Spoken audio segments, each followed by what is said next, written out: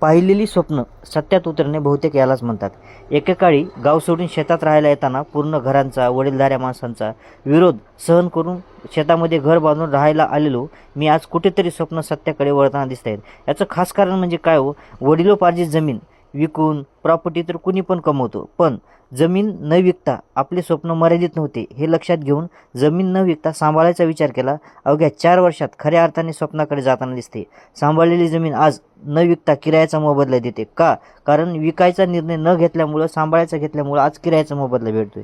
माजलगावातील लोकांसाठी खुशखबर म्हणजे आपल्या इथे CNG पंपसाठी सुरुवात होत आहे. लवकरच माजलगावकरांच्या सेवेत या पंपाचे आरंभ होणार आहे.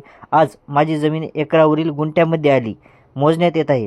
सांभाळलेली जमीन आज किरायाने देऊन या कामाचा बोर घेऊन शुभारंभ करण्यात आला. यावरून एकच लक्षात येते मित्रांनो, प्रत्येकाचे दिवस हे कर्म चांगले असतील ना तर नक्कीच प्रगतीकडे जातात. धन्यवाद मित्रांनो. आणि व्हिडिओ जर आवडला तर इंस्टाग्रामला लाईक किंवा फॉलो करायला विसरू नका.